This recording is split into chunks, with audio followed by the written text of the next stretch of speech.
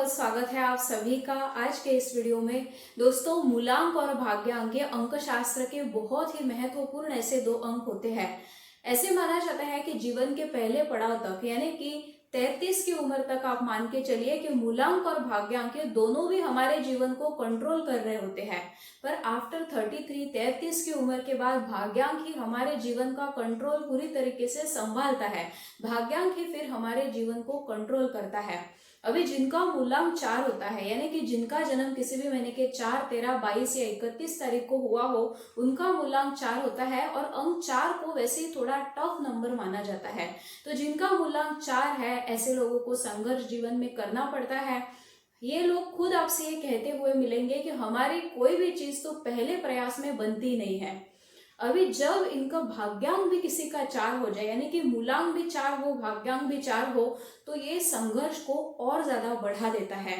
तो ऐसे लोगों के जीवन में नई नई समस्याएं बनी रहती है। हाँ, आए दिन नई नई समस्याएं इनके सामने आती रहती है। काफी ज्यादा संघर्ष करना पड़ता है जीवन में। हर छोटी से छोटी चीज के लिए मेहनत करनी पड़ती है। ऐसे लोगों में कंफ्यूजन भी बहुत देखा गया है। तो ये लोग बहुत कंफ्यूज रहते हैं यानी कि आधी जिंदगी निकल जाएगी पर ये कंफ्यूज रहते हैं कि किस दिशा में हमें आगे बढ़ना है, किस लाइन में हमें करियर बनाना है। और समय पे करियर सेट नहीं हो पाता और इसीलिए बाकी समस्याएं आती है, शादी में प्रॉब्लम्स आते हैं।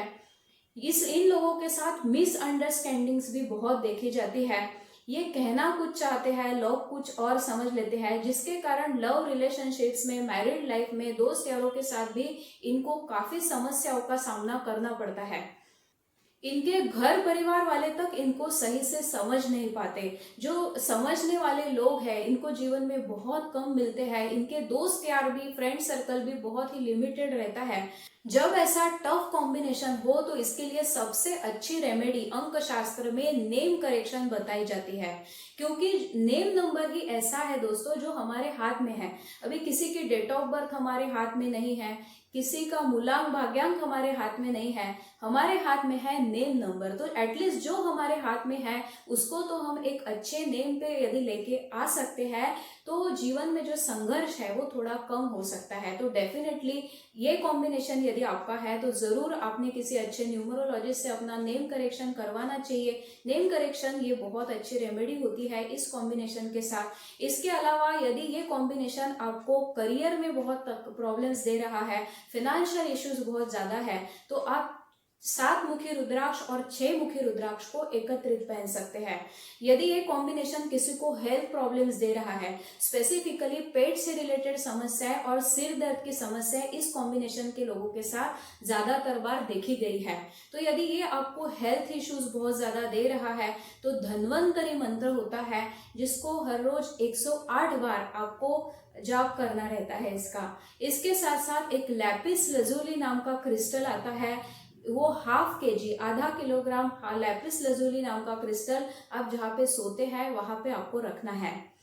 यदि ये कॉम्बिनेशन आपको हर तरह से परेशान कर रहा है यानी कि मैरिड लाइफ में भी समस्याएं है, हेल्थ इश्यूज है, फाइनेंशियल प्रॉब्लम्स है, करियर में भी प्रॉब्लम्स है, तो ऐसे इसमें एक सर्व कार्य सिद्धि मंत्र होता है जो आपको स्क्रीन पे दिखाई दे रहा है।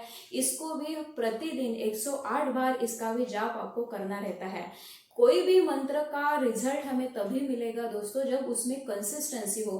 प्रतिदिन यदि निर्धारित समय पे हम उस मंत्र का जाप करते हैं तो ही उसके अच्छे रिजल्ट्स हमको मिलते हैं। तो ऐसे ही आने वाले वीडियोस में अंक शास्त्र के बारे में हम लोग जानते रहेंगे। By that time stay tune with the astrological inquiry. May all be blessed. नमस्ते।